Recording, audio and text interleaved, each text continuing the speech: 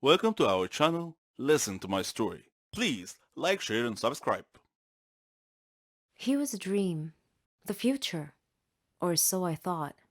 But my love was cursed right from the start. Sounds a bit confusing, right? Let me explain. But first, I should probably introduce myself. I'm Carolyn. I was a dreamer. I dreamed of a good, warm, stable, successful life.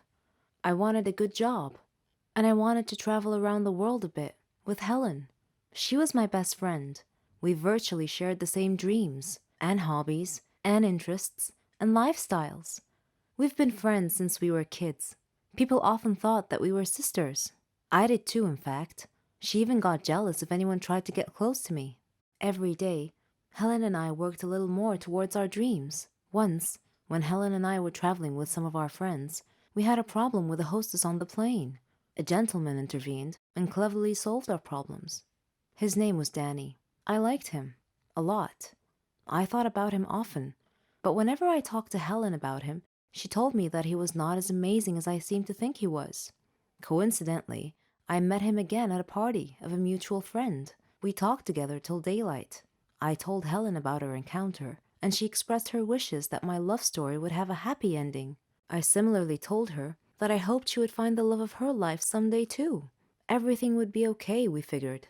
Then, one day, I received a letter in our mailbox. It was in weird handwriting, as if the writer had written it with a trembling hand. I opened it curiously. It said that my love for Danny would become a curse if I didn't give him up and get him out of my life. What nonsense, I thought. Whose idea of a silly joke was this? I immediately called Danny and Helen to tell them about the letter. Danny laughed, but Helen was worried and suggested that I should be careful from now on. That same day, Danny had a horrible car accident, but fortunately he wasn't hurt. A detective investigating the case determined that his car brakes had been tampered with. In another incident, a car almost hit me, but it swerved away at the last minute. When I mentioned this incident to Danny, he tried to calm me down and told me to just forget about it. He gave me a beautiful bracelet as a present and proposed. We got engaged, and I couldn't have been happier. I wanted to show the bracelet to Helen, but somehow I seemed to have lost it. I couldn't find it anywhere. Anyway, when I told Helen about his proposal, she was thrilled for me. I spent days shopping for just the right wedding dress. I was so busy with preparations that I forgot all about the ominous letter. I went to the wedding hall early to make sure that everything was ready and prepared. Helen was helping me, and Danny kept calling me to make sure I was all right. Suddenly, the lights went out. I called out to Helen, worried that she might have tripped and fallen when the lights were out. When the lights came back on, Helen had fainted, and my dress had disappeared. I screamed to the ceiling, "What do you want from me? Leave me alone!" Suddenly, Danny appeared out of nowhere and asked me what had happened. I told him then and there that we must break off our engagement, otherwise the curse the letter mentioned might injure someone or cause someone to die. Then Helen came too and tried to calm me down. She told me to go to the car and that she would get our stuff and follow me. I loved Danny and wanted to marry him, but now I was seriously worried that this curse threat might actually be real. Helen came back carrying a bag and a large suitcase and told Danny not to worry, that she would drive me home and then call him to tell him that we had arrived safely. I was still crying, and Helen was trying to calm me down. When we arrived home, I noticed something strange. Helen was carrying a bag that was partially open, and I glimpsed a piece of clothing stuffed into it. It looked exactly like my dress. I opened the bag and found that it was my dress. I confronted Helen and demanded to know how my missing dress ended up in her bag. I clearly caught her red-handed, and she was unable to answer coherently. I realized at that moment that the source of the so-called curse was Helen. "Helen," I said, "how dare you do this to me? I thought we were like sisters to each other." She replied icily, with a glare that I saw for the first time. She said that she fell in love with Danny just as I did, but he chose me instead of her, and that she hated me for it. She said she won him over and got him to love her instead. Then they both tried to scare me into calling off the wedding so that she and Danny could be together. There are no words to describe how I felt at the time. I replied in a similar tone. I told her that I don't ever want to see her again, or Danny. Neither of them mattered anymore. I never did see Helen or Danny after that day. I'm on a Caribbean island now, sipping on a cocktail. I read in the paper that Danny and Helen had announced their engagement. I'm thinking about what wedding present I should give them, as a surprise. One of the best feelings in the world for any woman is being a mother. To have someone love you for who you are, for just being you, and expect nothing in return. You're the heroine of their story. You become everything they ever dreamed, and you'd give anything to see a smile on their face. I'm proud to say that I'm a mother to 50 kids. I know, that's a lot, but let me tell you the story. I'm Susan, 20 years old. I come from a very rich family. My dad's Stefan Heiss, a very famous businessman. Yes, the owner of Heiss Cars Industry.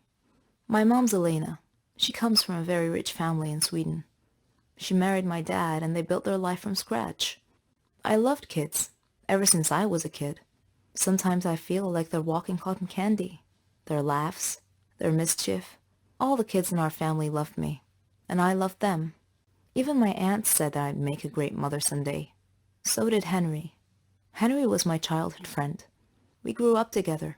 We had the same interests, same hobbies. We even thought alike. We got married and started our life together. We were young, but our dreams were big. I was thrilled when I found out that I was pregnant, and Henry was so happy he couldn't believe it. He did everything he could to help me relax. He couldn't wait to be a father. But destiny had something else in store for us. We had just arrived from Sweden. Henry had a problem at work. He was talking on the phone while driving at high speed on a dangerous road. I tried to tell him to watch the road, but it was too late. A truck came out of nowhere and pushed our car off the side. We fell into the lake, and we were unconscious. When I woke up, I found my mother and Henry's mother both looking at me, trying their best not to cry, and I soon found out why. In order to save my life, they put me through an operation. Not only have I lost my child, but I won't be able to have one ever again. Henry was also bruised, but my wounds ran way deeper. That was it, and I could never forgive him. If it weren't for him, none of this would have happened, I thought. None of it. I got a divorce later, after Henry tried over and over and over to fix the situation, to apologize, to ask for a second chance, but all I saw were empty words. There was no second chance. I tried to keep myself busy, find a way to invest my money and time, trying to get my mind off the accident. I decided to open up a toy store. I wanted to bring joy to all the children. One day, as I was standing in my store, I glimpsed a small boy standing out front, looking at a toy. The boy was alone, about 8 years old, but that wasn't all. His clothes were patched up and looked more like rags. His face and hands were dirty, and he just stood there, looking at the doll, daydreaming. I found myself walking out to him, but when he saw me coming, he ran away. A few days passed, and that boy's gaze was all I thought of. Then, one day, I found him outside the store again, looking at a different toy. I moved towards him slowly this time, till I was right beside him. Then I said, "Do you like it?" The boy freaked out and tried to run again, but I caught his arm this time and said, "Don't be afraid. I'm Susan." The boy looked at me, terrified, and I smiled. He started to relax. He told me his name was Billy, and that he was 7, and that he lives nearby. When I asked him about his parents, he said he never knew them, that he lived with Uncle Max. I asked him who Uncle Max was, but he cast his eyes down and was nervous all of a sudden. He looked a bit scared. I got curious, so I took him home with me, let him shower, and prepared a hot meal. I told him that I'd take him home after he'd eaten. I asked him about where he lived. He was quiet for a second. Then he said he had to go, that his brothers and sisters were waiting for him. I asked him how many he had. "Around 50, he said. I was shocked.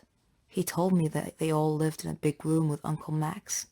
"But how is this Uncle Max able to look after you all?" I asked curiously. But he got nervous again, and he insisted that he must leave, so I decided to take him there. Maybe it'll help clear some of the mystery, I thought.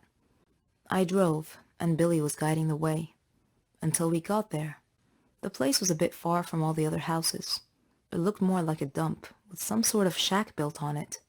A man was standing in front of the door, holding a kid by the arm and beating him senseless.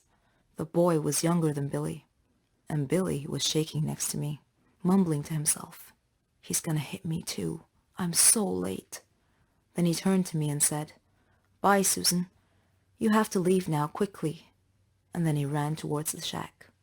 I backed up the car and stood nearby to see what happens. The man hit him hard across the face, and I heard him say, "Where's the money you stole today, boy?" Billy turned out his empty pockets, and the man dragged him inside by the collar. I wanted to help, so I decided to call Henry, who was more than happy to answer my call. I told him what had happened, and he came to me. We approached the shack together slowly and looked through the window. A lot of children, ages from 3 to 7.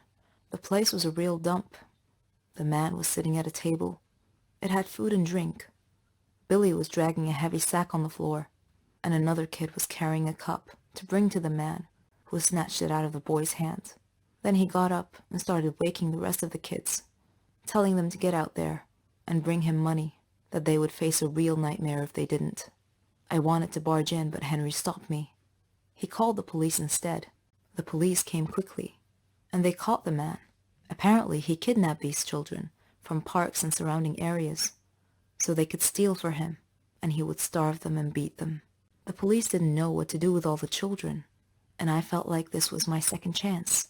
I told the police that I would build a home big enough, and I would take them all in, to give them the care and love that they deserve. And that is how I became a mother to 50 kids.